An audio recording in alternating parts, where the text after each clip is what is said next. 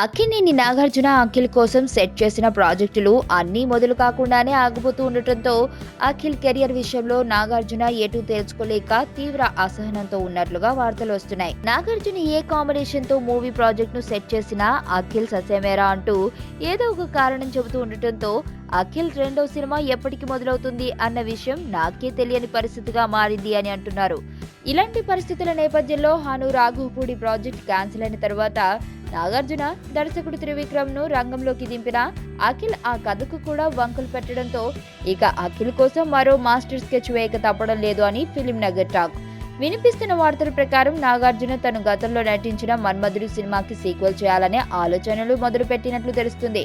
ఆ సీక్వెల్ ని అఖిల్ తో చేస్తే ఎలా ఉంటుంది అన్న ఆలోచన తనకు రాగానే ఈ విషయమై తన సన్నిహితులతో చాలా లోతుగా చర్చలు చేస్తున్నట్లు టాక్.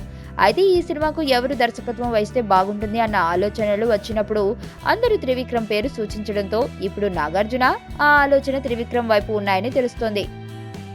కానీ ప్రస్తుతానికి త్రివిక్రమ్ షెడ్యూల్ చాలా బిజీగా ఉంది అన్నది ఓపెన్ సీక్రెట్. పవన్ తో కమిట్ అయిన సినిమాకు కథను తయారు చేయడానికి త్రివిక్రమ్ విపరీతమైన కసరత్తు చేస్తున్నాడు. మహేష్, అల్లు అర్జున్ ఇలా చాలా మంది టాప్ హీరోలు త్రివిక్రమ్ కోసం ఎదురు చూస్తున్నారు. పవన్ సినిమా పూర్తి అయితే కానీ త్రివిక్రమ్ మరో సినిమా చేయలేడు అనే విషయం అందరికీ తెలిసిందే.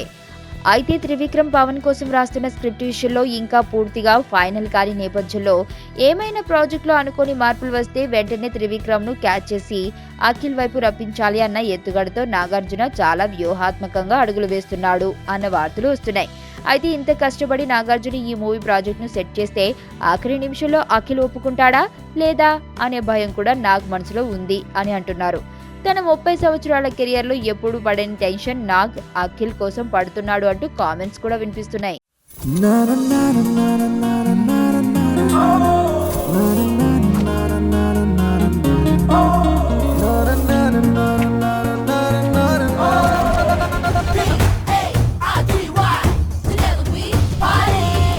ఓ పాప బాబా రాందేవ్ బ్యాచ్ అన్నమాట.